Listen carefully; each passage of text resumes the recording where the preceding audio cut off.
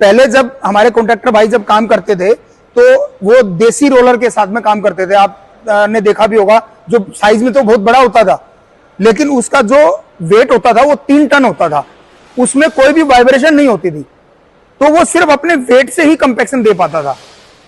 जब उसका 3 ton wait है तो 3 टन का ही कंपैक्शन देगा, उसके अंदर कोई फोर्स नहीं होता था, कोई इंपैक्ट नहीं होता था, सिर्फ अपने बॉडी वेट से जो उसका वेट होता था उसी से वो कंपैक्ट कर पाता था, जो कि सिर्फ 3 टन का कंपैक्शन देता था। अब वो 3 टन का कंपैक्शन हमारा DDR 600 मॉडल, जो कि बहुत छोटा मॉडल है, वो आपको 3 टन की कंपैक्शन दे सकता है। 3 से 4 टन की कंपैक्शन फुल वाइब्रेशन के साथ में। इसका वेट तो 650 kg है, लेकिन अगर हम फुल वाइब्रेशन पे इसको चलाते हैं तो हमें वो 25 किलोमीटर के फोर्स के साथ में इंपैक्ट देगा, और जो कि हमें 3 से 4 टन का कंपैक्शन हमारे सरफेस पे दे सकता है।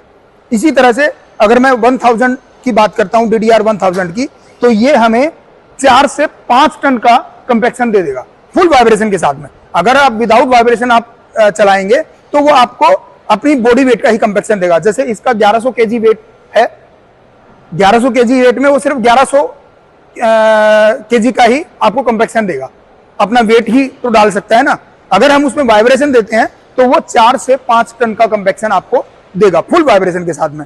आपको अगर कम कंपैक्शन चाहिए, आपको मान लो 2 टन का कंपैक्शन चाहिए, तो आप अपनी वाइब्रेशन को कम कर सकते हैं। वाइब्रेशन जैसे कम होगी तो उसका कंपैक्शन कम हो जाएगा, क्योंकि वो कम किलो न्यूटन का फोर्स देगा हमें। इसी तरह से DDR 1500 जो है हमें 6 से 8 टन का कंपैक्शन देता है। 6 से 8 टन का कंपैक्शन, जो कि बहुत ही अच्छा कंपैक्शन है। अगर हम बात करते हैं बड़े रोलर की, बड़ा रोलर जैसे हमारा वाइब्रेशन के साथ में भी आता है किसी और कंपनी का, तो उसमें वेट होता है 7 टन का। अगर उसको विदाउट वाइब्रेशन हम चलाते हैं तो वो 7 टन का कंपैक्शन देता है। ये हमें 7 टन का कंपैक्शन विद वाइब्रेशन आपको दे सकता है।